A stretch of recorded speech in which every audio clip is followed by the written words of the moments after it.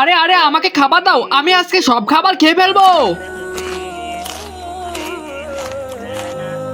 আরে আরে এ তো আমার সব খাবার খেয়ে ফেললো। আরে আরে আমারটা আমি খেতে দিব না তোমাকে। আরে না না আমাকে খাবার খেতে দিতে হবে, তাড়াতাড়ি আমাকে এটা খেতে দাও।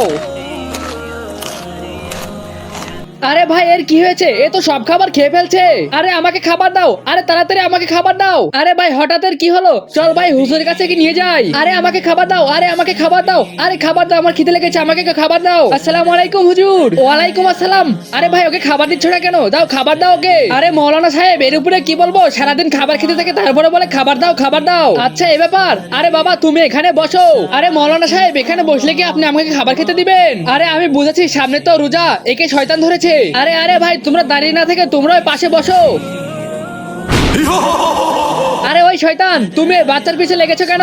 আরে মৌলানা সাহেব সামনে তো রোজা, সবাই রোজা থাকবে, আমরা তো কিছু খেতে পারবো না, তাই এখন খেয়ে পেটটা ভরে রাখছি। আরে আরে বাচ্চা যা তাড়াতাড়ি খাবার খা, তুই খাবার খেলে আমার পেট ভরে যাবে। কিন্তু এরপর যা হলো তা দেখার আগে তুমি যদি মহান আল্লাহকে মন থেকে ভালোবাসো তাহলে ভিডিওতে লাইক করে চ্যানেল সাবস্ক্রাইব করে দাও আর কমেন্ট বক্সে আল্লাহ লিখে যাও। আচ্ছা এই ব্যাপার।